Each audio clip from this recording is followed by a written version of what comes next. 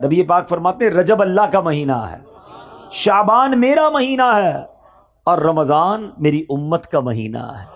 بڑے پیارے مہینے کنٹینیو سیکوینس کے ساتھ آ رہے ہیں، گویا رحمتوں کی برسات آ رہی ہے۔ کیا پیاری بات ایک بزرگ فرماتے ہیں سال جو ہے نا وہ درخت کی مانند ہوتا ہے، year like a tree، رجب اس کے پتے ہیں، رجب اس کے پتے ہیں، شعبان اس کی شاخیں ہیں، اور رمضان اس کا پھل ہے۔ پتے لگنے کا وقت آ گیا ہے، تیاری کرو، عبادت کی تیاری کرو، توبہ کی تیاری کرو، اللہ کو راضی کرنے کی تیاری کرو۔ علامہ صفوری رحمۃ اللہ تعالی علیہ کا کتنا پیارا فرمان ہے، کہتے ہیں رجب بیج بونے کا مہینہ ہے۔ آپ تو یہاں گاؤں میں فصلیں وغیرہ ہوتی ہیں نا، کھیتی باڑی بھی جانتے ہوں گے۔ پہلے کیا کرتے ہیں، بیج ڈالتے ہیں، پھر پانی ڈالتے ہیں، کھاد وغیرہ ڈالتے ہیں، پھر انتظار کرتے ہیں کہ یا اللہ فصل اگ جائے۔ کیا پیاری مثال دی، فرمایا رجب بیج بونے کا مہینہ ہے، شعبان ان بیجوں پر پانی ڈالنے کا مہینہ ہے، اور رمضان فصل کاٹنے کا مہینہ ہے۔ فرماتے جو رجب میں عبادت کا بیج نہیں بوئے گا، شعبان میں ان بیجوں پر اپنے آنسوؤں سے آبیاری نہیں کرے گا، وہ رمضان میں رحمت کی فصل کیسے کاٹے گا؟ رجب کی پہلی رات آتی ہے نا، اس رات سبحان اللہ جو دعا مانگی جائے اللہ کی رحمت سے قبول کی جاتی ہے۔ اور رجب کے پہلے روزے کے بارے میں نبی پاک نے فرمایا رجب کا پہلا روزہ 3 سال کے گناہوں کا کفارہ ہے، دوسرا روزہ 2 سال کا کفارہ، تیسرا روزہ 1 سال کا کفارہ، اور ہر دن کا روزہ 1 ماہ کا کفارہ ہے۔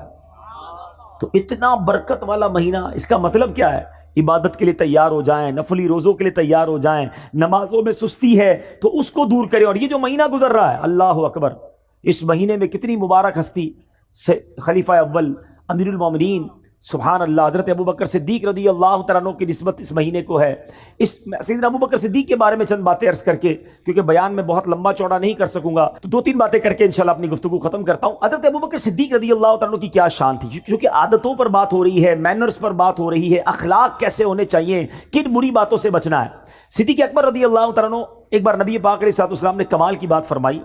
آقا فرماتے اچھی خصلتیں 360 ہیں، اچھی عادتیں 360 ہیں، اور اللہ تعالیٰ جب کسی سے بلائی کا ارادہ فرماتا ہے اس کی ذات میں ایک خصلت پیدا فرما دیتا ہے، اور اسی کے سبب اسے جنت میں داخل کر دیتا ہے۔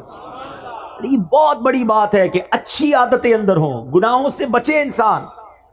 اب صدیق اکبر رضی اللہ تعالیٰ تو کمال ہے نا، سوال کیسا کر لیا، کہا حضور کیا کوئی ایسا بھی ہے جس کے پاس یہ ساری 360 خصلتیں ہوں؟ ایک خصلت جیسے ملے اللہ اسے جنت دے دیتا ہے، حضور کوئی ایسا بھی ہے کہ جس کے اندر یہ 360 خصلتیں موجود ہوں؟ نبی پاک فرماتے ہیں اے ابو بکر تمہارے اندر یہ ساری خصلتیں موجود ہیں۔ اللہ، ایسے ہی نہیں پیار کرتے ہم صدیق اکبر رضی اللہ تعالیٰ عنہ سے۔ نبی پاک کے ایسے خلیفہ، ایسے ساتھی ہیں کہ یار غار بھی تھے اور یار مزار بھی ہیں، آج بھی سنہری جالیوں میں نبی پاک کے ساتھ موجود ہیں۔ اب جس شخصیت کے بارے میں میرے آقا فرمائے کہ ابو بکر ساری 360 خصلتیں تمہارے اندر موجود ہیں، تو ان کے اخلاق تو اب زیادہ پڑھنے چاہیے نا، کہ کیا ایسی خصلتیں ہیں۔ یا میں ایک اور بات ایڈ آن کر دوں، میرے بہت سارے اسلامی بھائی بیٹھے ہیں، دعوت اسلامی والے بھی بیٹھے ہیں، اور بھی نیک نمازی داڑھی والے امامے والے نظر آ رہے ہیں۔ نارملی ایک اور ہماری جناب معلومات کی کمی بتا رہا ہوں، اور ہمارے عمل کی کمی بھی بتا رہا ہوں۔ آج کسی داڑھی امامے والے یا مذہبی حلیے والے سے کہو نا بھائی آپ سنتوں پر عمل کرتے ہیں، کہتا بالکل جناب میں سنتوں کا پیکر، چلتا پھرتا سنتوں کا پیکر۔ اچھا جناب ذرا سنتیں بتائیے کتنی ہیں؟ اب اس نے سنتیں بتانی ہیں، امامہ پہننا سنت ہے، داڑھی سنت ہے، تیل لگانا سنت ہے، کنگھا کرنا سنت ہے، سیدھے ہاتھ سے کھانا سنت ہے، بسم اللہ پڑھنا سنت ہے، سلام کرنا سنت ہے، مسکرانا سنت ہے، اور چپل سیدھے پاؤں پہ پہننا سنت ہے، کپڑا سیدھے ہاتھ سے پہننا سنت، اور بتائیے 10 12 15 اور بتائیے۔ That's it. ہمیں 15 17 20 سنتوں سے زیادہ سنتیں پتہ نہیں ہیں، اور ہم کہتے ہیں میں سنتوں کا پیکر ہوں۔ جناب علماء نے اپنی کتابوں میں 400 سے زیادہ نبی پاک کی سنتیں لکھی ہیں، اور اب سنو میں بتاتا ہوں چند سنتیں، میری جو پوائنٹ ہے اس کو سمجھیے گا۔ ہم نے نبی پاک کے سراپے کی سنتیں تو جو نظر آتی ہیں وہ تو چلیں اپنا لی، بڑی اچھی بات ہے، مگر سچ بولنا بھی سنت ہے، وعدے پورے کرنا بھی سنت ہے، قرض وقت پر لوٹانا بھی سنت ہے، پڑوسی کا خیال رکھنا بھی سنت ہے، بچوں پر شفقت کرنا بھی سنت ہے، بڑوں کا ادب کرنا بھی سنت ہے، اپنی ازواج اپنی فیملی کے ساتھ نرمی کا برتاؤ کرنا بھی سنت ہے، اپنے غلام اور اپنے خادموں کی غلطی پر معاف کرنا بھی سنت ہے، بدلہ نہ لے کر جانی دشمنوں کو معاف کرنا بھی سنت ہے، ارے غریب آئے جو آئے اسے عطا فرمانا، سخاوت کرنا بھی سنت ہے، اپنے پیٹ پر پتھر باندھ کر اپنے صحابہ کو روٹی کھلانا بھی سنت ہے۔ ان سنتوں پر کون عمل کرے گا؟ ہے داڑھی رکھ لی، امامہ پہن لیا اور کاروبار میں جھوٹ بولتے ہیں۔ یہ صرف سراپے کی سنتیں اپنا کر ہم سمجھ رہے ہیں ہم سنتوں کے پیکر ہو گئے۔ جس نے سنتیں سراپے کی سجائیں اس پر اب زیادہ ذمہ داری ہے کہ اب کردار کی سنتیں بھی اپنائے، ورنہ لوگ کہیں گے کہ دیکھو امامہ پہن کر داڑھی رکھ کر نمازیں بھی پڑھتا ہے اور یہ حرام کام کرتا ہے، سود کا کاروبار کرتا ہے، جھوٹ بولتا ہے، قرض واپس نہیں لوٹاتا ہے، گھر والے پریشان ہیں کہ بیوی پر ظلم کرتا ہے، ماں باپ کا ادب نہیں کرتا ہے، بچوں پر سختی کرتا ہے۔ کیا یہ نبی پاک کی سنتیں نہیں؟ تو خدا را اے میرے میٹھے اسلامی بھائیوں، ہاتھ جوڑ کر اپنے بیٹھے اس لیے سمجھا رہا ہوں کہ یقیناً داڑھی رکھنا سنت ہے، یقیناً امامہ پہننا سنت ہے، سنت کا لباس ہم نے اپنایا۔ اب لوگ ہم میں نبی پاک کی جھلک دیکھنا چاہتے ہیں، کردار مصطفیٰ کی برکتیں دیکھنا چاہتے ہیں۔ تو سنتیں بہت ساری ہیں، اور کردار کی سنتیں کون اپنائے گا؟ تو خدا را ضرور امامہ ہو، ضرور داڑھی ہو، ضرور نمازیں ہو، نماز کا نشان بھی ہو، مگر بات ہو تو سچ ہو، زبان سے انگارے نہ نکلیں، زبان سے تانے نہ نکلیں، زبان سے کانٹے نہ نکلیں کہ جو بات کرے اس کا دل چھلنی ہو جائے۔ ارے جو آپ سے بات کرے اس کو ایسے پھول ملے کہ دل مہک اٹھے، ہے پیسے دے تو وقت پر واپس ملے، اسے کاروبار کرے تو سچی چیز ملے، اپنا نقصان برداشت کر لینا، کیونکہ اب داڑھی رکھی ہے تو ذمہ داری زیادہ ہے کہ میری وجہ سے کسی اور کو نقصان نہ ہو۔ آستینے چڑھا کر سنتوں کا لباس پہن کر بات کرنے والے سے کون محبت کرے گا؟ اور میں سچ بتاؤں دل جلتا ہے کہ اس طرح کے کردار کے جس کے اندر کردار کی خامیاں ہوتی ہیں وہ پھر نبی پاک کی سنتوں کے خلاف لوگ بات کرتے ہیں، مذہبی لوگوں کے خلاف بات کرتے ہیں کہ دیکھو مذہبی لوگ ایسے ہوتے ہیں۔ آپ میرے اپنے ہیں اس لیے میں دل کی بات کر رہا ہوں۔ صدیق اکبر کے اس واقعے سے پتا چل رہا ہے کہ نبی پاک نے فرمایا 360 خصلتیں ہیں جو اچھی عادتیں ہیں، کہاں ہیں ہمارے اندر؟ اب آؤ میں بتاتا ہوں صدیق اکبر کے اندر کیسی کیسی عادتیں تھیں۔ آپ زمانہ جہلیت میں بھی، ابھی اسلام کہ نبی پاک نے اعلان نبوت ہی نہیں کیا تھا، اس دور میں بھی کبھی زندگی میں صدیق اکبر نے جھوٹ نہیں بولا۔ صدیق، آپ کا لقب پہلے ہی صدیق مشہور تھا، ہر بات سچ کہتے تھے۔ آپ بھی اگر صدیق بننا چاہتے ہیں نا، سبحان اللہ، وہ مقام صدیقیت تو اور ہے، سچ بولنے والا، سبحان اللہ۔ حدیث پاک سناتا ہوں، نبی پاک علیہ الصلوۃ والسلام فرماتے ہیں کہ بندہ سچ بولتا رہتا ہے، حدیث پاک کا مضمون ہے، سچ بولتا رہتا ہے، سچ بولتا رہتا ہے، یہاں تک کہ اللہ کی بارگاہ میں صدیق لکھ دیا جاتا ہے، ہمیشہ سچ بولنے والا لکھ دیا جاتا ہے۔ اور بندہ جھوٹ بولتا رہتا ہے، جھوٹ بولتا رہتا ہے، جھوٹ بولتا رہتا ہے، یہاں تک کہ اللہ کی بارگاہ میں کذاب لکھ دیا جاتا ہے۔ اس سے بڑا بد نصیب کون ہے جو دنیا میں رہے اور اللہ کی بارگاہ میں کذاب لکھا ہوا ہو؟ بزرگ بیٹھے ہیں، پہلے کے دور میں لوگ کبھی کبھی جھوٹ بولتے تھے، اور اب تو ایسا لگتا ہے کبھی کبھی سچ بولتے ہیں، بات بات پر جھوٹ۔ کدھر رہتے ہو؟ جھوٹ۔ کیا کرتے ہو؟ جھوٹ۔ کچھ اور ہی بتانا ہے نا، کیسے بتاؤں شادی وال میں رہتا ہوں، گاؤں میں رہتا ہوں، او بھائی میں تو فلاں بڑے شہر میں کوٹھی ہے میری تو بڑے بڑے کارخانے ہیں، پتہ چلا لگاتا ٹھیلا ہے بتاتا کارخانے ہیں، اپنے سٹیٹس بتانا ہے نا، میں فلاں پوری دنیا گھوم کر آیا ہوں، گجرات سے باہر نکلا نہیں ہے، لیکن ذرا اپنا روب بھی تو جمانا ہے نا۔ کیوں جھوٹ بولنا ہے؟ کیوں لوگوں کو راضی کرنے کے لیے اللہ کو ناراض کرنا ہے؟ اچھا پھر ایک اور الگ کہانی ہے کہ جناب چٹکلے سنانے کے لیے، لطیفے جس کو کہتے ہیں، ہنسانے کے لیے، کامیڈی کرنے کے لیے جھوٹ بولنا ہے۔ یاد رکھو حدیث پاک کا مضمون ہے کہ جو ہنستے ہنستے گناہ کرے گا قیامت کے دن روتے روتے جہنم میں ڈالا جائے گا۔ تم لوگوں کو راضی کرنے کے لیے جھوٹ بول رہے ہو، لوگوں کو راضی کرنے کے لیے، کامیڈی کرنے کے لیے، لوگوں کو خوش کرنے کے لیے اللہ کو ناراض کر رہے ہو۔ حدیث پاک کا مضمون ہے کہ جو ایک جھوٹ بولتا ہے بندہ، اس کے منہ سے اتنی بدبو نکلتی ہے کہ رحمت کا فرشتہ 1 میل دور چلا جاتا ہے۔ اتنے جھوٹ بولے، اب کوئی لوگ ملتے کہتے ہیں گھر میں برکت ہی نہیں ہے، بیماری دور نہیں ہوتی ہے، کاروبار میں برکت نہیں ہے، گھر میں لڑائی جھگڑے بہت ہیں، کدھر سے رحمت آئے گی؟ تم نے جھوٹ اتنے بولے کہ رحمت کے فرشتے سارے دور کر دیے۔ نہیں میرے میٹھے اسلامی بھائی، صدیق اکبر ہمارے سروں کے تاج، ہم ان کے غلام، ذکر تو بڑے شوق سے سنتے ہو، ان کی باتوں پر عمل کب کریں گے؟ آؤ آج نیت کریں، کچھ بھی ہو جائے ہم نے انشاءاللہ ہمیشہ سچ بولنا ہے۔ شیطان ڈالے گا دماغ میں کہ جناب تم سچ بولو گے تو تمہارا مال کیسے بکے گا، دوسرے لوگ جھوٹ بول کے بیچ دیں گے، دوسرے لوگ آگے بڑھ جائیں گے، ابے کسی کو نہیں دیکھنا ہے۔ یاد رکھو کونوا مع الصادقین، سچوں کے ساتھ ہو جاؤ، آپ سچے ہو جائیں انشاءاللہ رب کی رحمت آپ کے ساتھ ہو جائے گی۔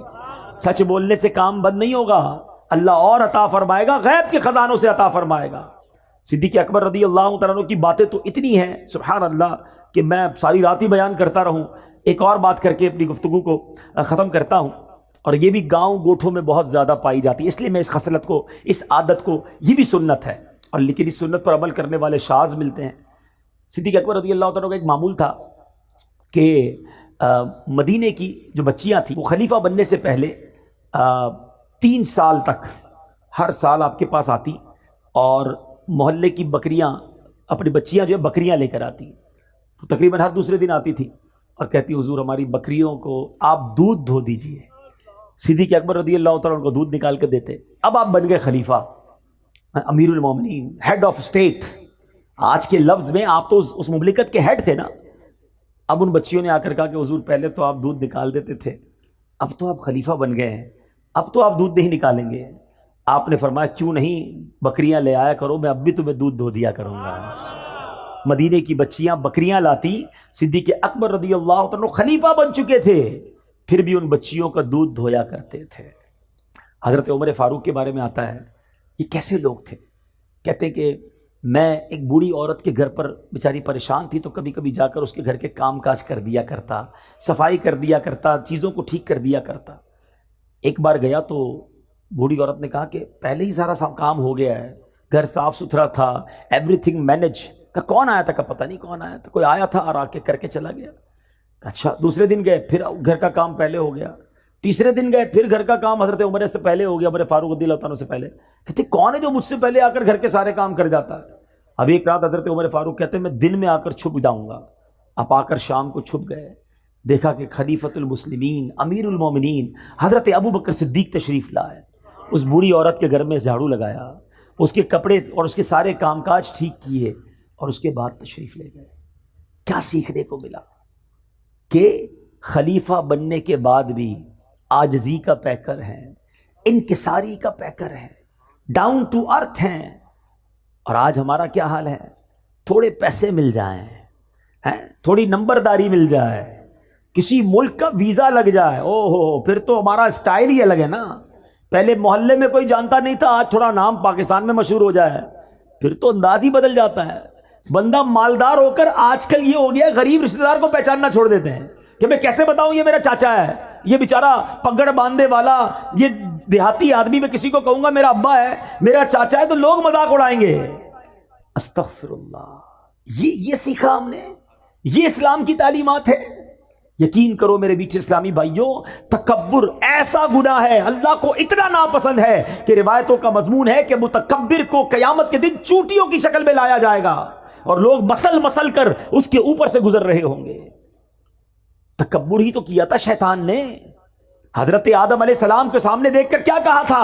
انا خیر من، میں اس سے بہتر ہوں، اے اللہ تو نے اس کو مٹی سے بنایا، مجھے آگ سے بنایا ہے۔ ایک تکبر کیا اور اللہ کی بارگاہ سے مردود قرار دے دیا گیا۔ آج یہاں روز تکبر کرتے لوگ، کہتے یہ گاؤں کے لوگ ہیں، یہ غریب لوگ ہیں، میں پیسے والا، میں وڈیرا، میں چودھری، میں نمبردار، میرے پاس بڑی گاڑیاں، میری بڑی کوٹھی، میرے ملازم ہیں۔ ٹھیک ہے پہلے زمانے میں میں بھی غریب تھا، ان کے ساتھ چارپائی پہ بیٹھ کر چائے پی لیتا تھا، اب میرا سٹیٹس نہیں ہے۔ خلیفۃ المسلمین ہے اور بچیوں کی بکریوں کا دودھ دھو رہے ہیں۔ اگر عروج پانا ہے نا اللہ کی بارگاہ میں تو یاد رکھنا کہ دانا خاک میں مل کر گلے گلزار ہوتا ہے۔